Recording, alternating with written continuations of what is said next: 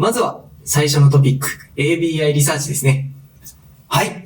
この ABI リサーチ社は、ニューヨークに本社を置き、産業や技術の動向分析や市場予測等を行っているリサーチ会社になります。今回はサプライチェーンマーケットのトレンド分析を行っていただきました。はい。話の前に先立って、概要を少しご紹介させていただきます。キーとなるワードは、1、コールドチェーン。2、マイクロフルフィルメントセンター。3、オータナマウスコマーシャルビークル。いわゆる自立型商用車。4、ビデオテレマティクス。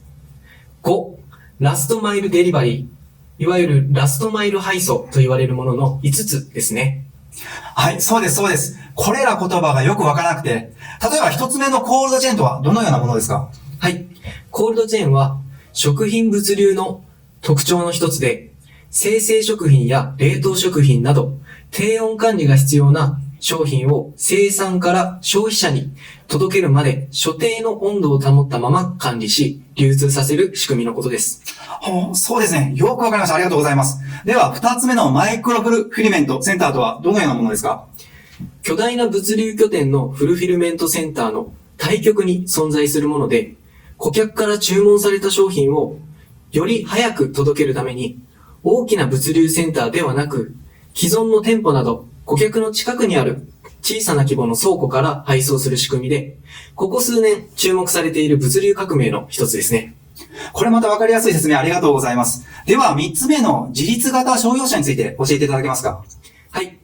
自立型商用車は、いわゆる自動運転自動車のことで、人工知能や各種センサーと様々な技術を用いて、車両のナビゲーション、制御、運転を行うものです。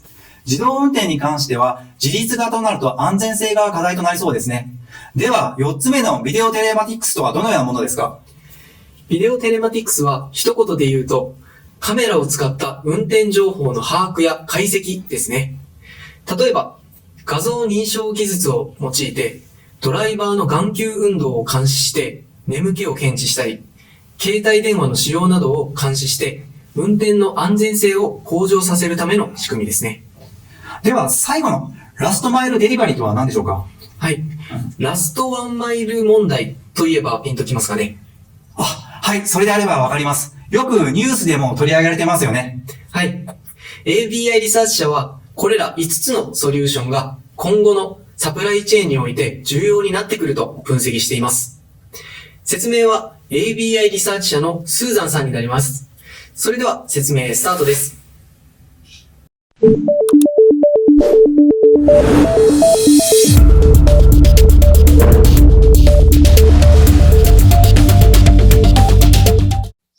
Hello, I'm Susan Beardsley, Principal Analyst for Freight Transportation and Logistics at ABI Research. Welcome to my overview of supply chain trends. Let's just a quick glance at some of the content that I'll be covering today. Market trends. Many supply chain trends that existed pre-pandemic have escalated in scale and timing. Long-haul drivers that were furloughed last March and April found other employment, often with distribution centers or last-mile deliveries. Commercial vehicle-related manufacturing that shut down roared back late last year. E-commerce and last-mile grew in double digits, reaching previously estimated 5-year plans. Unfortunately, less traffic led to more speeding and fatalities overall in the U.S. This shows the continued need for telematics and video for fleets nationwide. Cold chain is another growing area with a rapid pace for both vaccines as well as demand for fresh and frozen grocery orders. Many of these trends and more are expected to continue well through the remainder of this year. Next, freight outlook. Now transitioning to the commercial freight industry. The outlook has varied dramatically depending on the industry vertical. Airlines and some major cities' tourism are not expected to recover for another 3 to 4 years. These have an impact on the goods required to support and the modes used to serve that demand. ABI Research's non-trucking category includes last mile delivery, which has been increasing exponentially, including video solutions for drivers that have not had previous commercial driving experience and are under tremendous time pressure to make tight delivery windows. Trailer tracking is also increasing to both prevent theft as well as allow for drop and hook freight, with Convoy expanding these services and JB Hunt adding another 500 trailers to their service. Medium to heavy duty trucking has historically been the primary driver of telematics, sensors, and video cameras, but services fleets and trailers are now both driving strong demand across the forecast horizon. Next. Cold chain rising. As I mentioned earlier, cold chain continues to garner significant attention in the media through vaccine distribution and storage. The graph above provides an end-to-end view across different verticals. Cold chain is certainly not a new opportunity, but one that is growing, at times leading to competition for telematics share of wallet between traditional telematics service providers and transport refrigeration suppliers that are now offering subscription services along with their hardware. Many fleets are still operating with siloed solutions that could be updated and integrated through open APIs and SDKs, providing single dashboards and greater flexibility. I believe we'll see much more of this in the future. Moving on to the next subject. Micro-fulfillment centers are really gaining traction across the US and other parts of the world, including APAC and Europe. As e-commerce has risen dramatically, retailers are racing to determine how do the cost of fulfillment as well as delivery windows. Micro-fulfillment centers bridge the gap between large distribution centers, often located beyond city centers and in-store on-shelf inventory. There are a variety of options as seen above, and significant investment and acquisitions are going into the space. All of these sites need optimized digital solutions, from handheld devices to integrated software solutions, to coordination between employees and sometimes robotics. As I mentioned, these have a lot of very different options. There's a lot of vacant space across the world from closed retail properties, everything from shopping malls to things on Main Street. There are a lot of opportunities also in more dense populations to build out vertical storage, which can be anything from 2 floors up to 6 floors. Some of those examples include Antibiotics and Ocado. Also cross or in-store fulfillment, and Target has been a prime example of this, as well as Whole Foods. As you can see below, we see very strong growth, both from Amazon as well in particular regions like APAC. So moving on to autonomous commercial vehicle penetration. As you can see on the graph to the right, there's a large increase that started a few years ago with SAE Level 2, which is primarily some of the more baseline latitudinal and longitudinal service provisions. We really appear to be on the threshold of moving from purely modified Class 8 trucks, like those piloted by Too Simple and Waymo, for example, to production vehicles that were designed from the ground up to provide SAE Level 4 autonomy. These will begin to arrive in the next 3 to 4 years. However, the volumes will start very small and build gradually. Multiple factors, from regulations to revenue loads to infrastructure and cultural acceptance, will impact the scale and timing of the rollouts, with professional drivers able to assume responsibility for the foreseeable future, especially off highway. Really, when you get into city centers, we'll see much less of this, certainly in the foreseeable future, although many of the major OEMs for heavy duty, whether that be Daimler, Volvo, VW, Packard, and others, all have these type of vehicles on their roadmaps. So let's move ahead. Video telematics. This is a huge area of change over the last 2 years, and I expect this to last across the foreseeable future. Video telematics has seen notable growth over the last few years and continues to grow materially.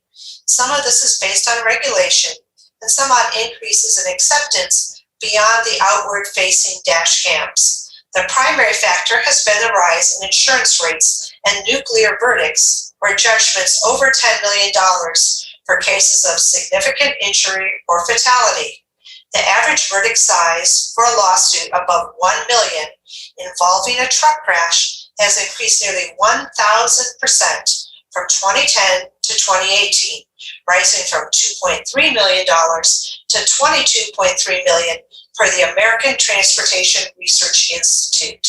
I think some of the very interesting things here are not only are there cameras that provide dual vision, both outward facing and in cab, but some that are capable of being around the trailer, around the truck to provide extra security and provide support in case of potential litigation. So we're seeing 2, 4, 5, 6 different cameras on one vehicle, mostly with some of the enterprise or at least mid-sized fleets here. So let's move on. Last mile delivery. Almost everyone probably listening to this gets packages delivered to their door, whether that be from Amazon, Walmart, Target, or someplace else. But along with these last mile opportunities that have grown exponentially, challenges remain.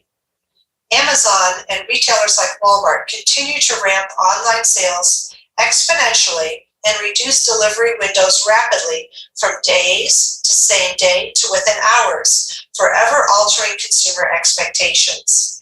The condensed delivery times require enhanced accuracy, flexibility, and integration. Both business and consumers are increasingly seeking a more granular and accurate time of arrival along with relevant status updates. There was a reckoning in 2020 for the need to track delivery status and adjust job schedules in near real time. Omnichannel retail continues to add significant complexity to the supply chain as companies must integrate the digital with physical, along with inventory across sites to fill orders in a continued challenge of stockouts. There's an increased need for rerouting from automated plans to the need for integration and notification between shipper, carriers and drivers, and customer, as well as predictive alerts. Delivering goods directly to a customer door is a high-cost endeavor. Convenience can cost a company an average of US $10 per order. It is estimated that approximately half or more of a company's total shipping costs result from last-mile deliveries alone, which impacts profitability. Residential and small business direct deliveries result in more stops, idle time, fuel costs, and out-of-route miles. Any real scale for individual orders is lacking as they require more resources, but those resources are finite and include drivers, vehicles, and time. With that, I'd like to say thank you for your time today, and I welcome further outreach through ABI Research. Thank you again, and have a nice day. 太田さんの事前学習のおかげで、スーッと情報が入ってきました。ありがとうございます。まず、マーケットトレンドですが、アメリカも日本も同じ課題を抱えているようですね。そうですね。COVID-19 の影響もあると思いますが、オンラインショッピングが好調で、約15万人のドライバーが不足しているようですね。また、驚きの数値として、直近6ヶ月間のトラック発注台数が過去18ヶ月間を大きく上回っているなど、ハード面を充実させてもドライバーさん不足ではちぐはぐな状況となっています。世界的に見て実に悩ましい課題ですね。オンラインショッピングビジネスの好調を裏付ける情報として、食料品の即日配送サービスを運営するアメリカのインスタカートは2億ドルの資金も調達していますね。はい。ドライバーさんが不足しているという懸案事項はありますが、この実例からもオンラインショッピング市場はまだまだ元気がありそうですね。一方で、ドライバーさん起因の交通事故が減るどころか、2020年は 24% もアップしていることが気になるところですね。また、COVID-19 のワクチン輸送でも注目されておりました温度管理輸送。この点も気になりますね。さて、先ほどのマーケットトレンドで注目されていましたコールドチェーンですが、このグラフの通り、2015年から2025年までの売上推移予想でもわかるように、コールドチェーンに対するニーズは高まっています。そうですね。成長の要因としましては、温度管理の必要性が高いワクチン、医薬品は当然ですが、食の安全に対する関心の高まり、アメリカにおけるコールドチェーンインフラの老朽化、さらには新興国における生製品の輸入増加などが挙げられます。コールドチェーンのポイントは、サプライチェーンを通しての温度管理ですよね。断片的な情報では意味がなく、工場から販売店までと途切れることなく情報を管理する必要があります。様々な会社が入り組む環境で温度を管理する。一言で言えばそれまでですが、言うは安く、行うは難しいですね。はい、その通りです。そこで登場するのが当社のコールドチェーンソリューションです。ちょうどここにその実物がありますね。そうそう。このスマホみたいなボックスが冷蔵庫の中で温度を監視するエッジセンサーになりますね。寒い中でもしっかり働くんですよ、これは。さて、太田さん。このソリューション、もう少し説明を加えましょうか。はい。このコールドチェーンソリューションは、工場、輸送中のトラック、倉庫、店舗において温度管理を行うソリューションをご提供できます。例えば、冷凍トラックの冷蔵庫の温度を計測するセンサー、そしてその計測した温度を収集し、サーバーへ発信する車載用ゲートウェイ端末。倉庫や店舗でも同様に、温度を計測するセンサー、そしてその計測した温度を収集し、サーバーへ発信するゲートウェイ端末。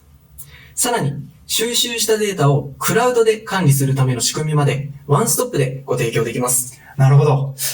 例えばトラックであれば移動中であったり食品工場やショッピングセンターの冷蔵庫とかでも温度管理を効率化、自動化することが可能になりますよね。いちいち温度管理、マニュアル管理も不要で、かつ信頼性の高いエビデンス管理が可能になるのはとても便利ですよね。コールドチェーンはさすがに人為的な管理では対応できないレベルなので、ハードとソフトを組み合わせたソリューションレベルの提案は大変助かりますね。太田さん、ありがとうございました。このコールドチェーンの次にあったのがビデオテレマティクスですね。これは個人的にも結構興味があるのですが、太田さん、教えていただけますか？はい。ビデオテレマティクス。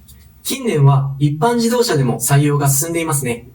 その背景には AI、機械学習、画像処理、エッジコンピューターなど最新のテクノロジーが関係しています。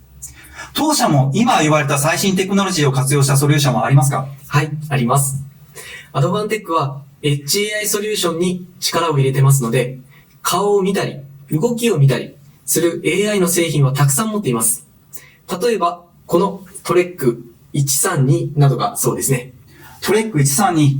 アドバンテックはこんなカメラまで売ってるんですね。これはどのようなソリューションを提供できるんですか？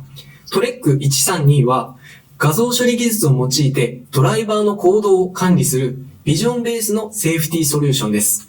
まさに最新技術の塊ですね。はい、その通りです。ドライバーの行動認証はドライバーの目や体の動きの変化を測定し、眠気などを検出して、車両のコンピューターを使って視覚的及び音声的に警告します。ドライバーの行動をリアルタイムに管理することで、車両の衝突を効果的に防ぐことができるインテリジェントな安全ソリューションです。